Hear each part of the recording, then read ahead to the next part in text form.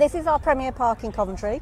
It's called the War Memorial Park. So we're really privileged to be able to use it because it's where we remember the dead from the wars. So we have to be a little bit careful what we do. That means that we have to bring in a lot of ground guard, a lot of trackway. We have to think about how we set the site out and make sure that when we all leave next Wednesday, Coventry people can come and use the park as they would usually. So we get great support from the parks team, they look after us, and we get great support from the City Council who fund it and continue to help us put on the biggest free festival in the country.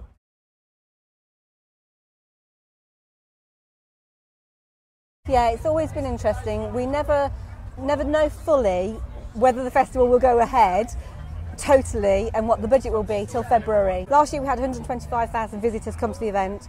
We know that that generated £1 million for Coventry in economic impact and £4 million to enhance the reputation of Coventry. That's worth its weight in gold.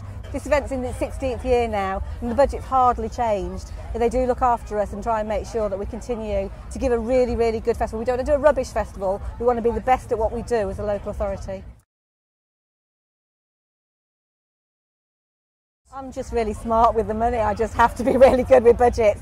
I look at my bands and I look at the audience profile, I look at who I want to get in the event, and then we look at all the infrastructure, what we've got to bring in. The licence requires a lot of things that we have no choice about. We have to put trackway down, we have to put scrim around fencing, we have to control the site. There are a lot of things that we have to do, and then whatever's left I can put in other areas. My problem is I always want it to get better and better and better. So we just work really hard with the budgets and just maximise what we can do with them. Well, we always want to try and work with the times, and that green mentality is really something that's in people's minds. And I know that Firefly exists, and I thought this would be a great opportunity for us to try and use a different system of getting power around the site. We've got something called the Coventry and Warwickshire app, which is our marketing tool for visitor attractions to Coventry. And we wanted to promote that heavy, and we wanted to say to people, this is our new app, download it now. The only way they could do that was if we had Wi-Fi on site. Right. So we got to a company called Get Connected and said, could you do this for us? And they said, yes, of course we can. This park is in a very special part of the city in the sense of we've got quite a lot of residents around us, and as I've said, it is a War Memorial Park, so people are very precious about this park. So we spoke to our noise consultant and said, what do you think? Will it help us in any way to control the noise if we've got something at the back that means that it should hold particularly the bass? Yeah. And they said, yeah, it'll be fantastic, give it a try. Our big telly in the city centre in Millennium Place, it's ADI are our contractors, so we're very familiar with them and felt very comfortable in having ADI come and work with us. They've been brilliant, absolutely fantastic, really easy to work with. The guys roll in, get the screen up. One of my team then have given them all of the information to go on there, every bit of video, every bit of film, every little bit of information about the site. We've got this fabulous screen that's showing all of our content and other bits as well, so we're really chuffed with ADI. Running water's key. You've got to have free water for as part of your licence these days, so we make sure that we've got free water supply if people need it. So water mills just come and they just do their thing. We watch the lorry come in and he says, where shall I go? And we say, you know the water points, just go and fill them up again. And you will see all of the Bowsers around that are being used. So it's an important part of keeping us serviced and making sure that we're looking after everybody on site, staff and public as well. So at the Godiva Festival we're providing Wi-Fi in 2 zones, one on the main field, one on the family field. This is really to give people access to the Coventry and Warwickshire app, which is going to give them information about not only the Godiva Festival but other events that Coventry and Warwickshire do.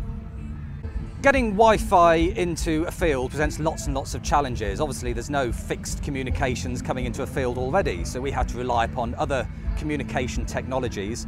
At this particular festival we're using a combination of satellite technology and 3G technology.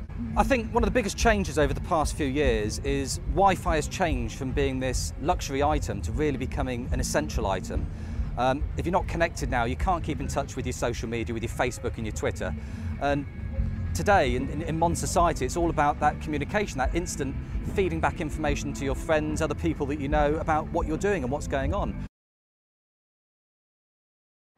Well, in total there's about 15 generators, of which 3 of them are running on traditional red diesel. The other 7 are running on biodiesel, which is B100 waste vegetable oil. Yeah. So that's considered a carbon neutral fuel source, so it obviously reduces the carbon footprint of the event. And the remaining generators are actually running on solar. The generators all come pre-charged from our warehouse, so we either charge them via the solar arrays or through a green energy tariff. So when they arrive on site, they do have a certain autonomous runtime, depending on the size of the batteries. But then throughout the event, their batteries are replenished through the solar arrays, either 540 watt or 360 watt arrays, depending on the size of the generator. Ideally, you need a due south facing aspect. Yep. You want them put in areas where there isn't a great deal of shading from trees, vehicles, that kind of thing, buildings. Other than that, it's pretty much wherever you want them to be. The great thing about them is they are completely silent running, so you can have them as close to a stage, a tent, an urban area, because there is no noise. On top of that, there's also 0 emissions. Yep. So again, you can have them in places of high footfall. For instance, here we've got a small battery inverter system literally adjacent to the satellite first aid tents with a solar panel. So there's no people go in there because they've got an illness or an injury. There's no interference from noise or fumes. So they're fantastic for that kind of thing. So, little policy some festivals do to keep the site clean is cup redemption. So our beer and cider, which comes in a 2-borg and a Summersby branded cup, it's £4 for a pint, and 10p of that is a deposit on the cup.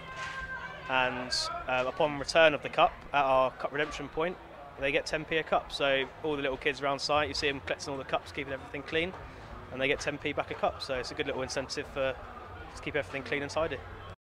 So on site we have 6 MDUs, so multiple dispensable unit.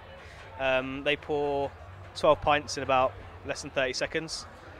We've got 4 lager and 2 cider on each bar, and each runs off about 3 kegs. So as you can see out the back, the amount of kegs we're going through, it's quite good. I'm Danny Slotra and I'm the Operations Manager for Stadium Traffic Management. My name's Tony Waugh. I'm also the Operations Manager for Stadium Traffic Management. We've been asked to look after internal traffic and parking for the Godiva Festival. We're expecting about over 2,000 cars to come and park on a daily basis for this particular event. It's been a slight problem because of the weather and an expected visit from some of the royal family that are expected next week. So we've had to look after the grass and protect certain areas of the park. So what we've done is we've had to manage the car park with effectively half the size that it usually uses. And as Danny said, normally we have about 2,000 cars, or is expected of 2,000 cars, over 2 fields. We're trying to now maximise 1 field to accommodate 2,000 cars. So it's a pretty hectic task, but we seem at this moment in time to be holding our own and achieving it. So far it's good.